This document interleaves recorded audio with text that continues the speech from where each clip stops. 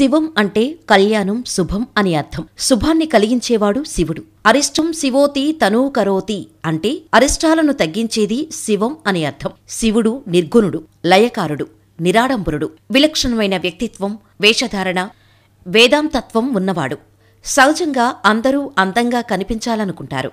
కాని అందుకు భిన్నంగా శివుడు స్వయంగా నిరాడంబర జీవితాన్ని గడుపుతూ ఎవరూ ధరించలేని, చూడటానికి భీతిని కలిగించే అలంకారాలతో సాక్షాత్కరిస్తాడు. అందువల్లే శివతత్వం అనేది స్థిరపడింది. అందరూ పట్టువస్త్రాలు ధరిస్తే శివుడు దిక్కులు అనే వస్త్రాలను ధరించి దిగంబరుడయ్యాడు.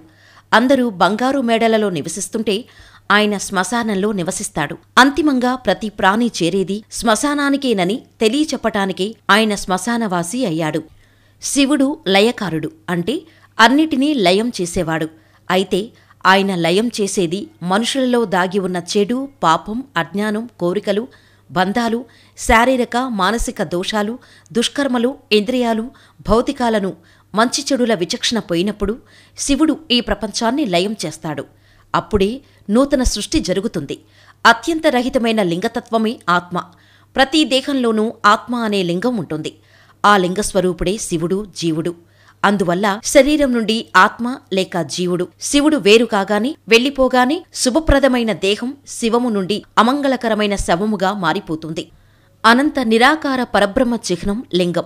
దేహం మీద మమకారం ఎంత పెంచుకున్నా చివరికి మిగిలేది బూడిదేనన్న జ్ఞానం అణువణువునా వంట పట్టించుకోవాలన్న ఉపదేశాన్ని అందిస్తుంది. పరమేశ్వరుని శరీరం మీద బూడిద త్రిపుండ్రం. అంతిమయాత్రలో మనకి తోడెవరూ ఉండరు. తాను మనతో ఉన్నాననే భరోసా ఇవ్వటానికి శివుడు శ్మశానాలలో సంచరిస్తుండటం వల్ల శ్మశాన వాటికలకు కైలాస భూములని పేరు. బూడిదనే విభూతి. మానవులకు చావు పుట్టుకులు అనివార్యమని భగవద్గీత బోధిస్తుంది.